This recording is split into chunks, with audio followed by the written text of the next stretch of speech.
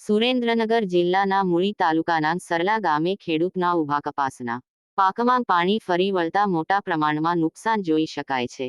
ત્યારે કૃષિમંત્રી હજુ સર્વેના નાટકો કરી રહ્યા છે। મુખ્યમંત્રી કિસાન સહાય યોજના અંતર્ગત આજદિન સુધી ખેડૂતોને ₹1 પણ સહાય ચૂકવવામાં આવેલ નથી। ત્યારે રૂપાળી જાહેરાત કરી મુખ્યમંત્રી કિસાન સહાય યોજના 2020 અમલમાં મૂકવામાં આવી છે।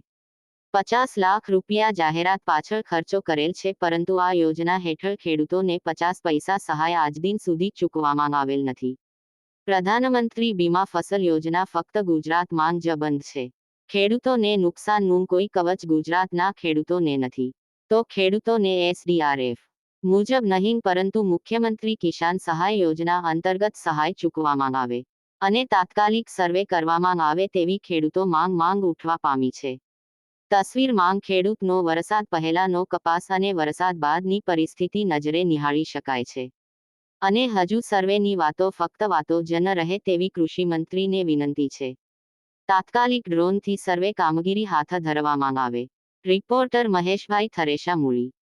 મૂળી તાલુકાના સટલા ગામમાં વિક્રમભાઈ માવુભાઈ ડાયાભાઈ રજપૂત તમે જોઈ શકો છો કે જે મેં હેઠે વિડીયો મેકું છું એ વિડીયો તમે જોઈ શકો છો કે આ 30 વીઘાના કપામાં કેટલું પાણી ભર્યું છે। ટ્રેક્ટરના મોટા વી પણ બુડી ગયેલા છે। આમાં અત્યારે સરકાર એમ કહે છે કે આમાં સહાય દેવા માટે સર્વે કરશું, પણ આમાં સર્વે કરવાનું આવતું જ નથી। મૂળી તાલુકાના જેટલા ગામડા છે ને એની પોઝિશન આ માંડી છે, એટલે તમે જોઈ શકો છો કે ભાઈ વિક્રમભાઈ ઊભા છે તો એને સાથે અમારું પાણી છે। ટ્રેક્ટરના મોટા વી પણ બુડી ગયેલા છે, અને આ તમારે તાત્કાલિક જો તપાસ કરવી હોય તો આવીને તમે જોઈ શકો છો કે ભાઈ સાચું બોલે છે કે ખોટું, અને કપાસ અત્યારે કેવડું હતું, કેટલું પાણી મળતા ભરેલું છે, અને કપાસની શું પોઝિશન છે।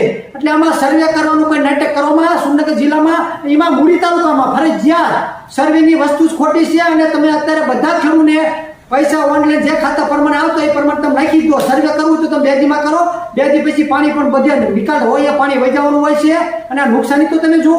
એટલે તમામ મારે સરકારને નમ્ર વિનંતી છે કે તમે સર્વેની નાટક બંધ કરી દો। મૂળી તાલુકામાં બધાના ખાતામાં 13,000 રૂપિયા જે સહાય હેક્ટરે મળતી હોય એ તમામ ખેડૂતોને સહાય તમે ચૂકવી દો।